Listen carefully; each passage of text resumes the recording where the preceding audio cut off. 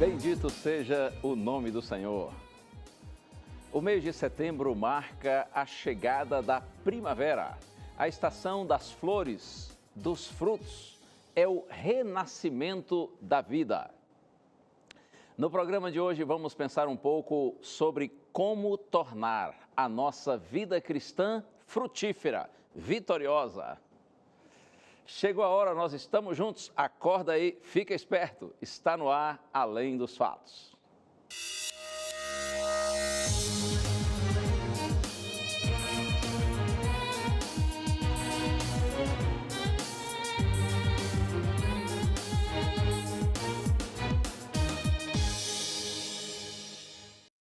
Hora de abraçar amigos espalhados por todo o Brasil. Um abraço especial para o Jairo Júnior, de Barra da Tijuca, no Rio de Janeiro, capital. Um abraço também para Roneila Fagundes, de Paragominas, no Pará. Também para o Nilson Filho, de Goiânia, em Goiás. Para o Sérgio José da Silva, de Guarulhos, São Paulo. Para Roseli Florencio, de Nova Andradina, no Mato Grosso do Sul. Também para Tatiana Almeida, de Feira de Santana, na Bahia, e ainda para o Francisco Lindenberg, de Cascavel, no Ceará. E um abraço também muito querido e especial para o Jairo e para a Sônia, que moram no sítio aqui em Jacareí, São Paulo, amigos que estão estudando a Bíblia, que estão com o coração aberto para Deus. Deus abençoe todos vocês, continue guiando os seus passos. E muito obrigado pelo carinho de sua audiência, muito obrigado pela honra que você me dá de estar agora em sua casa, de estar na sua companhia. Muito obrigado por optar por estar na Novo Tempo, o canal da Esperança. E eu quero oferecer um presente muito especial para você, que é a revista Verdades para o Tempo do Fim. Esta linda revista foi preparada pela equipe da Escola Bíblica, daqui da Rede Novo Tempo de Comunicação. Esta revista é um lindo estudo bíblico. O propósito desse estudo é ajudar você a ter uma melhor compreensão do livro sagrado, da Santa Bíblia. E é um presente, é totalmente gratuito. É só você entrar no blog do programa Além dos Fatos, preencher o cadastro com as suas informações, com seus dados pessoais, para que a gente possa lhe enviar a revista pelo correio. Ou então você pede pelo telefone em horário comercial, 0 operadora 12 21 27 31 21. O presente vai chegar na sua casa para abençoar a sua vida. E eu quero também fazer um convite muito especial para você, que normalmente a gente faz aqui na Rede Novo Tempo de Comunicação, para que você visite uma das nossas igrejas. A Rede Novo Tempo faz parte da Igreja Adventista do Sétimo Dia. E nós queremos convidar você para ir a uma das nossas igrejas. Nossos cultos normalmente são nos sábados, a partir das 9 da manhã, domingos e quartas-feiras, a partir das 7h30 da noite. E se você não sabe onde tem uma igreja aí pertinho de sua casa, é só você entrar nesse site, encontreumaigreja.com.br. Aí você descobre a igreja que está mais perto de sua casa e você vai lá nos fazer uma visita. Eu estou certo de que os irmãos vão tratar você e sua família com muito carinho. Vem, vamos estar juntos, vamos adorar o Senhor na beleza da sua santidade. E acredite, quanto mais nós adoramos ao Supremo Criador, mais abençoados nós próprios somos. E aí, primavera chegou, estação maravilhosa, né? Estação das flores, dos frutos. Geralmente a gente vê assim cenas muito bonitas, né? No meio da natureza. Confira a matéria. A primavera chegou por aqui na última sexta-feira e já é possível ver seus efeitos na natureza. A estação que antecede o verão deixa as paisagens mais bonitas e cheias de vida. É que nessa época do ano, as árvores começam a florir. Não demora muito e já é possível notar alguns frutos crescendo a partir das flores. É também característica da primavera o início dos dias mais longos e as noites mais curtas. Aos poucos, a temperatura do oceano vai mudando e as praias ganham vida novamente. Várias pessoas aproveitam a primavera para se dedicarem aos exercícios físicos, afinal de contas, todo mundo quer estar bem quando o verão chegar. Mas ele só chega por aqui em 21 de dezembro. Até lá, dá para aproveitar as inúmeras possibilidades que a primavera traz. Em Cantares de Salomão, capítulo 2, versos de 11 a 13, está escrito: Eis que passou o inverno, aparecem as flores na terra, chegou o tempo de cantarem as aves. A figueira começou a dar seus figos e as vides em flor exalam seu aroma. É a chegada da primavera. Primavera é sinônimo de esperança, é Deus renovando o que parecia sem vida. Alguém disse que a primavera é como um largo sorriso que expressa a felicidade da existência.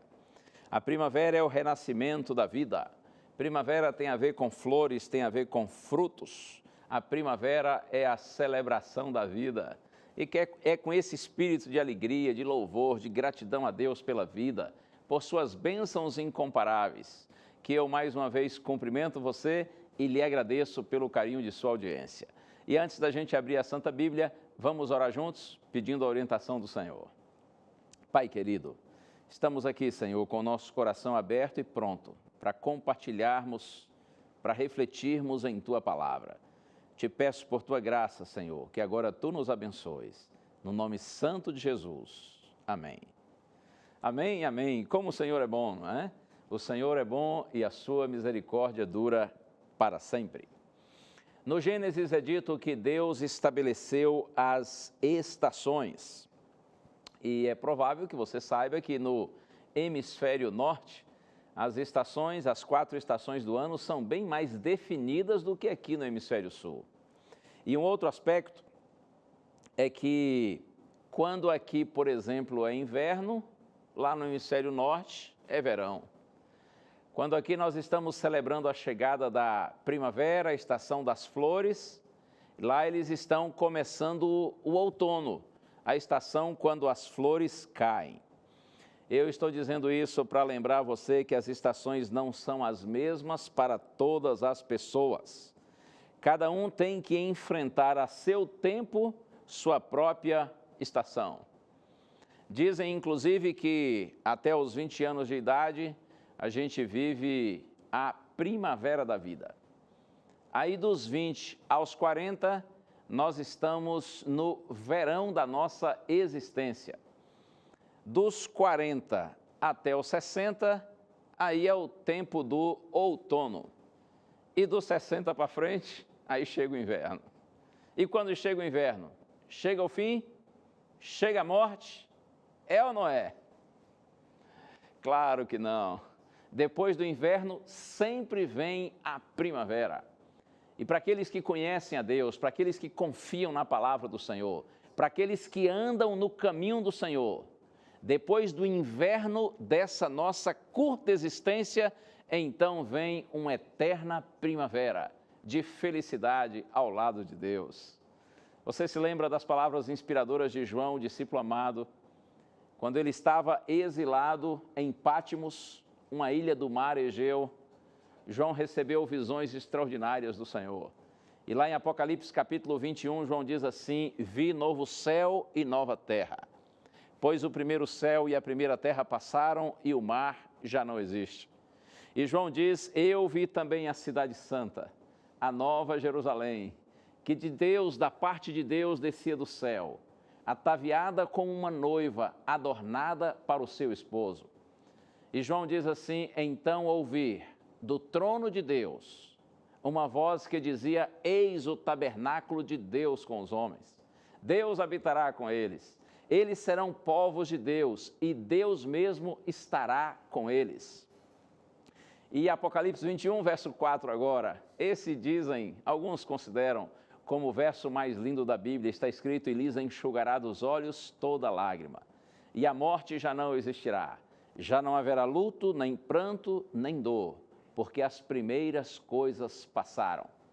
E aquele que está sentado no trono, João diz, ele então disse: eis que faço novas todas as coisas.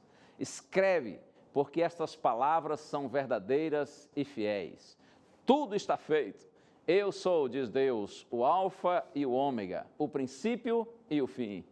Eu, a quem tem sede, de graça lhe darei da fonte da água da vida. O vencedor herdará estas coisas, e eu lhe serei Deus, e ele me será filho. Louvado seja o nome do Senhor. Há uma eterna primavera de bênçãos, de luz, de alegria, de realização, de vida preparada pelo Senhor para aqueles que o amam, para aqueles que confiam nele, para aqueles que andam nos seus caminhos.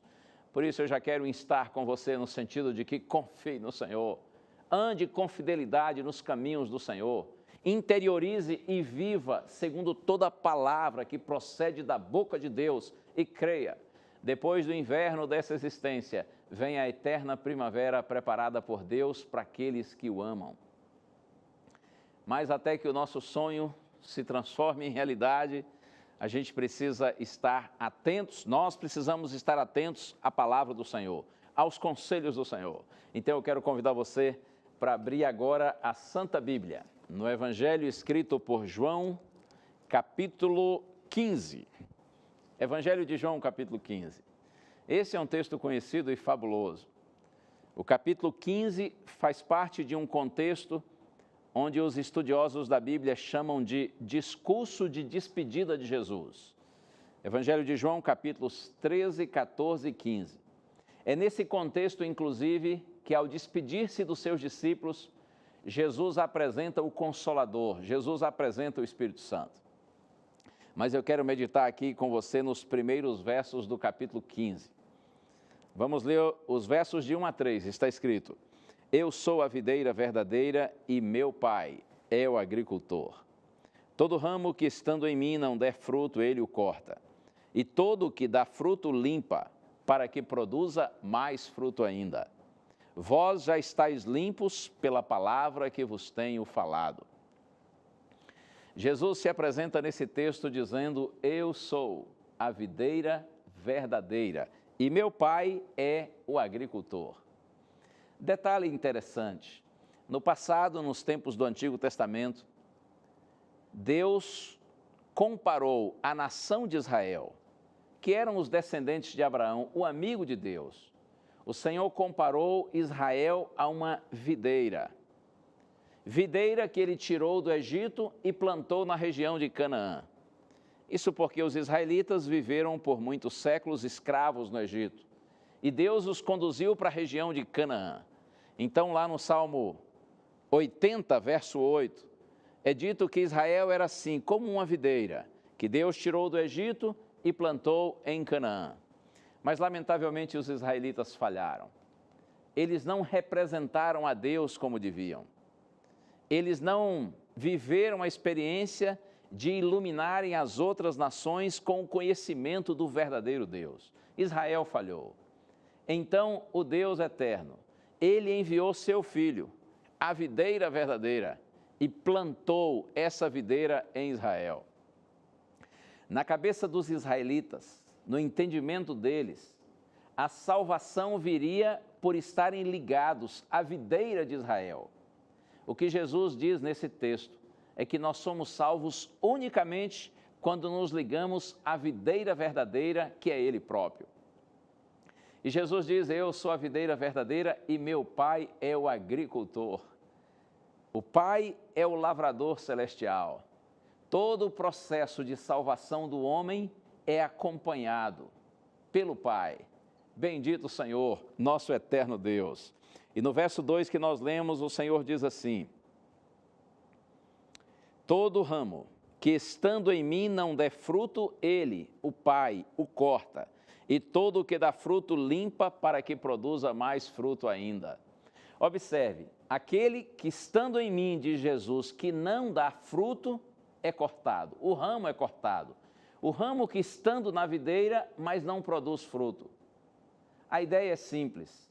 É possível estar junto da videira, perto da videira, próximo, mas não necessariamente colado, ligado, não permanecendo na videira. Aquele, diz Cristo, que está em mim, que está na videira, mas não permanece, não está ligado para valer, consequentemente não produz fruto e por isso será cortado. Jesus está falando aqui de uma religiosidade superficial. Eu até posso citar para você o texto de Paulo, que está na segunda carta a Timóteo, capítulo 3, verso 5, onde Paulo diz que Algumas pessoas têm forma de piedade, faltando-lhes ou negando-lhes, entretanto, o poder. São aqueles que estão na videira, mas não produzem frutos, porque, como eu já disse, eles não estão ligados para valer, eles não estão 100% conectados à videira. Eles têm uma religião formal, uma dedicação eventual aos interesses religiosos, e isto não é suficiente. Por isso que Jesus diz, aquele que está em mim, mas não dá frutos, é cortado. O ramo é cortado, mas aquele que dá frutos, o Pai então o limpa para que produza mais frutos ainda. A ideia de que quando você e eu, nós permanecemos em Cristo, estamos pela fé ligados a Cristo, então nós experimentamos um crescimento contínuo.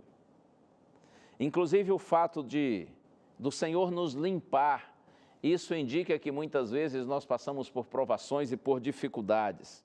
No entanto, essas dificuldades contribuem para o bem daqueles que amam a Deus. O caráter é purificado através dos testes e provações da vida. E embora pareça dolorosa, a disciplina produz fruto pacífico aos que por ela têm sido aperfeiçoados. Isso está lá em Hebreus capítulo 12, verso 11. Eu gosto também quando Jesus diz assim, vós já estáis limpos pela palavra que vos tenho falado. Aqui ele está se referindo aos discípulos. Essa é uma conversa entre Jesus e seus discípulos. Quando Jesus diz assim, vós já estáis limpos pela palavra que vos tenho falado, é pelo fato de que os discípulos de Cristo estavam sensíveis à palavra do Senhor. O coração deles estava aberto para as instruções do Senhor. Observe que a mesma palavra que corta uns, limpa outros. A mesma palavra que endurece o coração de uns, por resisti-la, essa mesma palavra santifica a vida de outros, por aceitá-la. A mesma palavra que condena uns, salva outros. Tudo depende de nossa reação diante da palavra do Senhor. E agora leio com você os versos 4 e 5. É Evangelho de João, capítulo 15, versos 4 e 5. O Senhor Jesus diz assim, permanecei em mim, e eu permanecerei em vós. Como não pode o ramo produzir fruto de si mesmo, se não permanecer na videira, assim nem vós o podeis dar, se não permanecerdes em mim. Eu sou a videira, vós os ramos. Quem permanece em mim e eu nele, esse dá muito fruto, porque sem mim, diz Jesus, nada podeis fazer. Eu penso que esta frase é a síntese desse raciocínio de Jesus, quando ele diz, permanecei em mim e eu permanecerei em vós. O chamado é para um relacionamento, é para uma amizade intensa, profunda, verdadeira. Permanecei em mim, diz Cristo, e eu permanecerei em vós. Veja, Jesus diz, permanecei em mim, na videira verdadeira. Nós somos os ramos. Cuidado para você não permanecer em outro ramo. Aí não funciona. Nós não somos chamados para permanecermos ou para nos ligarmos a um outro ramo. Nós somos chamados a nos ligarmos à videira verdadeira. A salvação está em Cristo e unicamente em Cristo. A salvação não está em João, o discípulo amado que escreveu essas palavras. A salvação não está em Abraão, não está em Moisés, não está em Davi, não está em Elias. A salvação não está em Maria, a mãe do Senhor Jesus Cristo. A salvação não está no apóstolo Pedro ou no apóstolo Paulo, em nenhum outro homem, em nenhuma outra mulher. A salvação está unicamente em Cristo. Ele é a videira verdadeira. Por isso que ele diz assim, permanecei em mim e eu permanecerei em vós. Pouco antes de dizer essas palavras, está aqui no capítulo 14, verso 6, Jesus disse, eu sou o caminho, a verdade e a vida. Ninguém vem ao Pai senão por mim. É isso. Jesus é o caminho, Jesus é a verdade, Jesus é a vida. Nossa salvação está nele e unicamente nele. E o próprio Cristo também disse, eu cito João capítulo 8, verso 32, e conhecereis a verdade e a verdade vos libertará. E no verso 36 está escrito, se o Filho vos libertar, verdadeiramente sereis livres. Por isso que Jesus diz, permanecei em mim e eu permanecerei em vós. E na sequência ele adverte, como não pode o ramo produzir fruto de si mesmo, se não permanecer na videira, assim nem vós o podeis dar, se não permanecerdes em mim. Não há vitória na vida cristã, se nós não estivermos ligados, verdadeiramente ligados ao Senhor Jesus Cristo. Nós não teremos uma vida frutífera, vitoriosa. Aliás, nós até podemos produzir frutos, sem estarmos ligados a Cristo. Mas esses frutos, essas boas obras, estarão manchadas por egoísmo, por orgulho, por vaidade. As boas obras, os frutos, os bons frutos, que de fato são saudáveis, são puros, são nutritivos, eles só são reais. Eles só existem assim quando são resultado de nós estarmos ligados a Cristo, de nós permanecermos no Senhor Jesus Cristo. Por isso ele insiste e diz, eu sou a videira, vós os ramos. Quem permanece em mim e eu nele, esse dá muito fruto, porque sem mim nada podeis fazer. Se você permanecer em mim, diz Cristo, e eu permanecer em você, então você dará muito fruto. Você será um cristão vitorioso na luta contra o mal, contra o pecado. Se você permanecer em mim e eu permanecer em você, você viverá em santidade. Você será luz e bênção neste mundo. Você será luz dentro de sua casa, para sua família. Você será bênção no convívio com seus amigos, no seu ambiente de trabalho, no seu ambiente de estudos, na sua comunidade religiosa, onde você for. Se você permanecer em mim e eu permanecer em você, então, diz Cristo, você vai dar muito fruto. Sua vida será abundante, sua vida será rica, sua vida será próspera, no que diz respeito à santidade, à semelhança com o próprio Cristo. Que maravilha, né? Que promessa linda do Senhor. E ele adverte, sem mim nada podeis fazer. Nenhum homem, nenhuma mulher, nenhum ser humano pecador como somos, consegue sair do abismo no qual nós caímos em função do pecado. Nenhum de nós consegue sair desse abismo sozinhos. Somente pela graça e pelo poder de Deus. Por isso que Jesus diz, sem mim nada podeis fazer. E agora eu leio a partir do verso 6. Se alguém não permanecer em mim, será lançado fora à semelhança do ramo e secará. E o apanham, lançam no fogo e o queimam. Isso aqui é uma advertência muito séria, não é? Jesus diz, olha, se não permanecer em mim, será então cortado e finalmente será queimado. Existe um conceito evangélico antigo que afirma assim, uma vez salvo pela graça de Deus, de Cristo, o homem está salvo para sempre. A ideia de que uma vez que você aceita a graça de Cristo, você não tem mais nenhuma possibilidade de se perder. Cuidado com esse conceito. Cuidado com essa afirmação. Jesus deixa claro e diz, olha, se alguém não permanecer em mim, será lançado fora. A ideia é clara, nós precisamos permanecer em Cristo. Não basta aceitar a graça de Cristo, é preciso permanecer nessa graça, continuar firme nessa graça. Se nós rompermos nossa conexão, então nós nos perderemos. A condição para nós permanecermos salvos é nós estarmos ligados a Cristo até o fim. Agora eu leio o verso 7. Jesus diz, se permanecerdes em mim, as minhas palavras permanecerem em vós, pedireis o que quiserdes e vos será feito. Verso 8, nisto é glorificado meu Pai, em que deis muito fruto, e assim vos tornareis meus discípulos. Você percebe uma promessa linda que está aqui? Jesus diz, se vocês permanecerem em mim e minhas palavras permanecerem em vocês, então pedireis o que quiserdes e vos será feito. O Senhor se compromete com aqueles que permanecem nele e aqueles que permitem que sua palavra também permaneça neles.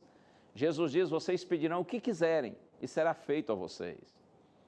Um detalhe que eu acho interessante aqui nessas palavras de Cristo, veja, todos aqueles que permanecem em Cristo e abrem o coração para que a palavra de Cristo de fato permaneça neles, a mente dessas pessoas é renovada pelo Espírito Santo. E eles passam, como diz Paulo lá em Romanos capítulo 12, verso 2, eles passam a ter essa mente renovada pelo Espírito, então eles passam a compreender a boa, agradável e perfeita vontade de Deus. Significa que quando eu permaneço em Cristo e a palavra de Cristo permanece em mim, os meus pensamentos são transformados, ao ponto dos meus pedidos estarem em harmonia com a vontade do Senhor. É por isso que o Senhor diz, peça o que quiser e será feito. E aí na sequência, como nós lemos, nisto é glorificado meu Pai em que deis muito fruto. A alegria do agricultor é ver a sua lavoura prosperar. A alegria do agricultor é ver os frutos do seu trabalho. Por isso que nisto é glorificado meu Pai em que deis muito fruto, e assim disse Jesus, vos tornareis meus discípulos. O desejo do Senhor não é que você seja simplesmente membro de uma igreja, mas que você seja, que eu seja, que nós todos sejamos discípulos do Senhor Jesus Cristo. A essência do discipulado é o relacionamento com Cristo. A prova do discipulado são os frutos. Você compreende? Vou repetir. A essência da vida cristã, a essência do discipulado, do seguir a Cristo, é exatamente permanecer nele, ter relacionamento pela fé e pela palavra com ele. E a grande prova do discipulado é exatamente uma vida frutífera, vitoriosa, uma vida de santidade para a glória do Senhor. Que Deus lhe abençoe. Em outro momento a gente segue refletindo nesse texto de João capítulo 15, que é fabuloso. Que Deus renove nossa esperança nessa primavera e que nosso relacionamento com o Senhor permaneça firme e forte, estejamos ligados à videira verdadeira. Que nossa vida seja próspera, seja frutífera para a glória do Senhor, para a nossa salvação e para que a nossa vida seja uma bênção para os nossos semelhantes. Vamos orar. Ó Deus e Pai, louvo o Teu nome, Senhor, por Tua maravilhosa palavra. Te peço nessa hora, Senhor, por Tua graça, que Tu abençoes todos que oram comigo, para que a esperança venha ao nosso coração, para que em Cristo nós encontremos vida e vida plena. Que a alegria do Senhor, que a paz do Senhor, que a vitória do Senhor esteja em todos nós, para a glória do Teu nome, para a nossa salvação. Nós oramos agradecidos no nome de Jesus. Amém. Muito bom. Deus lhe abençoe. Muito obrigado por estarmos juntos. Que o Senhor continue guiando os seus passos e orientando sua família. E mantenha sempre com você o que a palavra de Deus diz, que a fé é a certeza de coisas que se esperam e a convicção de fatos que não se veem. Um abraço. Fique na paz. Tchau.